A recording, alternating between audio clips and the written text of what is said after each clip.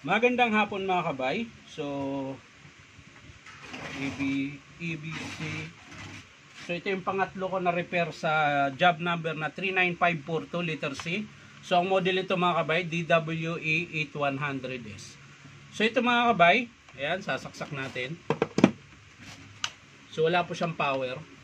Ayan. Tapos, yung kanyang cord protector mga kabay, putol na. Yung cord niya, ang daming putol. Ayan. So, hindi ko na kailangang, hindi ko na itis yan. Ayun, walang carbon. So, yan mga kabay, wala po siyang carbon. Ayan. So, iti-testing natin. Kuha na natin ng carbon. Ayan. So, yun, merong carbon. Iti-testing natin kung bakit. Para malaman natin kung anong dahilan. Ayan.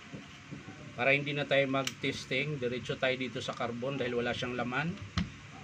So, lalagyan natin ng carbon. Ayan. Tapos, sasaksak natin. Good.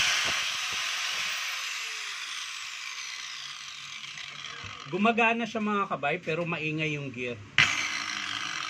Ayan.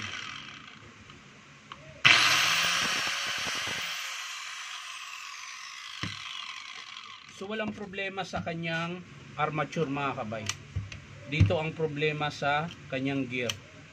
Ayan, tapos dito sa kanyang cord. Hindi naman putol yung wire mga kabay. Ang ibig kong sabihin ay yung balat ng cord niya putol-putol na po. Ayan. Ang dami pong dugtong. Ayan. Ayan. So, kaya ko siya i-estimate. Pero, check pa rin natin yung armature niya. Ayan. Kaya bubuksan pa rin natin. Ayun, bago pala armature. Oh. Yun mga kabay, bago yung armature niya. So maingay lang talaga. Ayan, pudpud yung pinion niya. Ayan. Tapos yung 608 na bearing alog. Yung 607 okay pa mga kabay. So walang problema dito sa bearing 607. Sa armature walang problema. Ang may problema po ay dito sa kanyang bearing 608 tsaka gear in pinion. At yung kanyang cord protector tsaka cord clamp. So yan po yung estimate natin, cord protector, cord clamp, carbon brass, gear in pinion, at bearing na 608. Yun po yung papalitan dito sa DWE8100S ng DeWalt 4-inch grinder. So yan lang mga kabay, hindi ko na po ipapakita kung paano buuin. Papakita ko na lang sa inyo mga kabay kapag in-approve ito ng customer. Kaya sigurado naman po akong i-approve yun dahil mura lang naman po yung cord. Ang mahal lang dito yung gear in pinion. Ano pa? Yan lang. Kasi yung bearing nasa 150 lang yata. Yung carbon 200. Carbon di tayo magpapalit pala tayo kasi dito yun sa pang-testing pala. Hindi sa kanya yan. Walang carbon pala.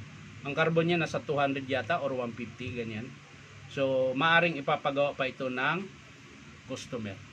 Yung spindle naman walang alog, so okay na. So yan lang mga kabay. Ulitin ko lang, gear in pinion, bearing 608, 3 meters cord, tsaka plug pala at cord protector. So yan lang mga kabay. Maraming salamat sa panonood at palike and share na rin po. At syempre po, baka naman pwede makahingi sa inyo ng isang subscribe dito po sa aking YouTube account, Tenom Tabay. So maraming salamat. Bye-bye.